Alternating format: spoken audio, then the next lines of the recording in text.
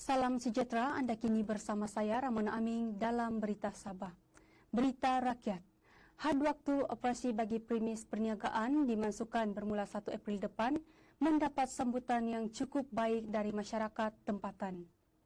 Berdasarkan tinjauan pemberita Berita Sabah di Kota Kinabalu, masing-masing menyatakan bahawa mereka bersyukur dengan kelonggaran yang diberikan oleh kerajaan ketika negara memasuki era endemik. Saya bersyukur sebab kerajaan telah memasukkan had masa untuk beroperasi buka kedai lah kan. Jadi kami sebagai peniaga sangat suka lah sebab kami dapat berniaga lebih panjang masa lagi. Kalau dilanjutkan waktu operasi itu senanglah kalau kita mau keluar makan. Lepas tu family mau bawa diorang punya family makan pun senanglah. Lepas tu kita kena fikir orang yang keluar bekerja waktu malam tu diorang lapar, diorang dah sempat memasak di rumah pun senanglah untuk diorang pergi makan. Jadi saya rasa ni keselesaanlah kepada kami orang awam. Manakala bagi Esmond Chin, pemansuhan waktu operasi juga dapat membantu untuk membuka lebih banyak peluang pekerjaan. Kemungkinan pada masa itu juga peluang pekerjaan pun akan ada balik. Jadi harapkan peluang pekerjaan pada waktu operasi ini yang terhad nih, tidak terhad sudah. Jadi peluang pekerjaan kepada orang tu akan lebih banyak lah. Beralih ke berita jenayah. Sebanyak 360 karton rokok bernilai Rp48,960 dirampas oleh pasukan polis marin PPM dalam satu serbuan rumah di Kampung Tanjung Kapor di sini Kelmarin. Difahamkan rampasan itu dibuat selepas menerima maklumat dari unit Prisik Marin sebelum melakukan serbuan di sebuah rumah di pinggir Bakau.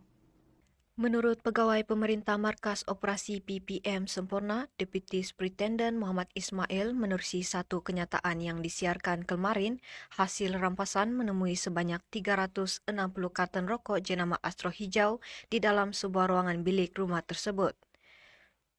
Semua hasil rampasan kemudiannya dibawa ke Markas Operasi PPM Sempurna untuk tindakan lanjut. Kes terbabit masih dalam siasatan mengikut Akta Kastam 1967. Seterusnya, Ahli Parlimen Tuaran, Datuk Seri Panglima Wilfrid Madius Tangau menyeru sebuah jawatan kuasa audit ditubuhkan sebelum pilihan raya umum PRU 15 diadakan.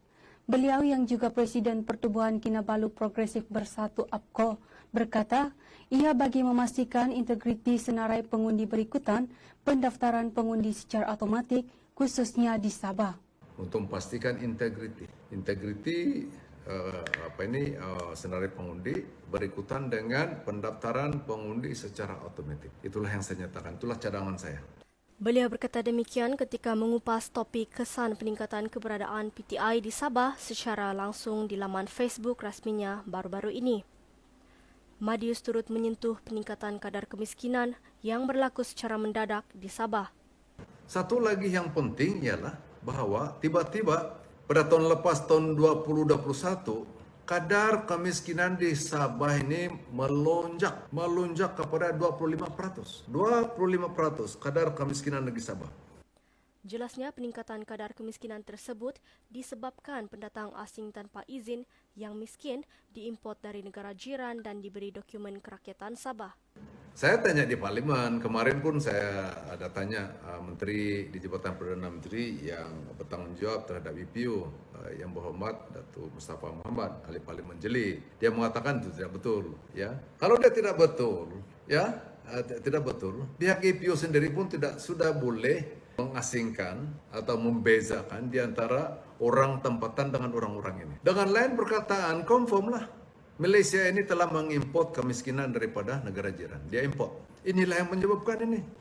Dalam pada itu, Madius menegaskan bahawa isu berkenaan akan terus menjadi perjuangannya dalam Parti APKO selaku parti yang membela hak-hak dan memperjuangkan rakyat tempatan berbilang kaum di negara ini.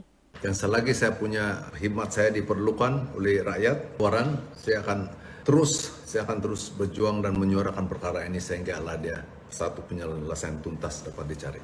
Terusnya perkembangan COVID-19 dalam Sabah.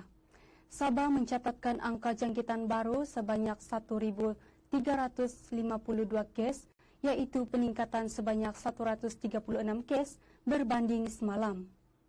Menurut Menteri Kerajaan Tempatan dan Perumahan Sabah, Datuk Seri Panglima Masidi Manjun, Kota Kinabalu melaporkan kes tertinggi iaitu 365 kes, diikuti oleh Penampang 119 kes, Tuaran 113 kes dan Papar 111 kes. Peratusan kes-kes sporadik simptomatik yang berpunca daripada jangkitan sporadik kekal menunjukkan angka tinggi iaitu 60.65% daripada keseluruhan kes baharu di Sabah hari ini. Bagaimanapun, tiada kluster baharu yang dilaporkan setakat hari ini. Sementara itu, sebanyak 1,340 kes hari ini adalah dalam kategori 1 dan 2, 3 kes dalam kategori 3, 7 kes dalam kategori 4 dan 2 kes dalam kategori 5. Sekian berita hari ini, saya Ramona Amin, salam hormat.